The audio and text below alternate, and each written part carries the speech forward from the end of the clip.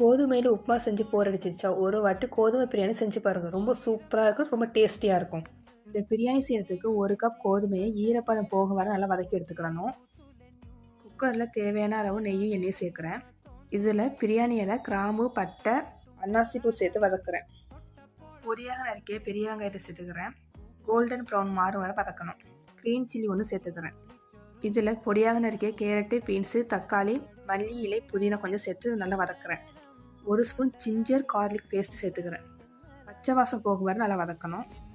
1/2 spoon மிளகாய்த்தூள், 1/2 spoon garam masala, 1/4 spoon மஞ்சள் தூள், தேவையான அளவு உப்பு சேர்த்து பச்சை வாசனை போகும் வரை வதக்கணும். வறுத்து வச்சுருக்க கோதுமையும் சேர்த்து கிளறி விடுறேன். 1 கப் கோதுமைக்கு 2 கப் தண்ணி ஊற்றிருக்கிறேன். 2-3 சொட்டு லெமன் ஜூஸ் சேர்த்துருக்கிறேன். 1 ஸ்பூன் நெய் அல்லது வெண்ணெய் சேர்த்துக்கலாம். இப்போ குக்கரை மூடி 2 விசில் விட்டு திறந்து பார்த்தா சூப்பரான கோதுமை பிரியாணி ரெடி ஆயிடுச்சு. பிடிச்சிருந்தா சப்ஸ்கிரைப் பண்ணுங்கள்.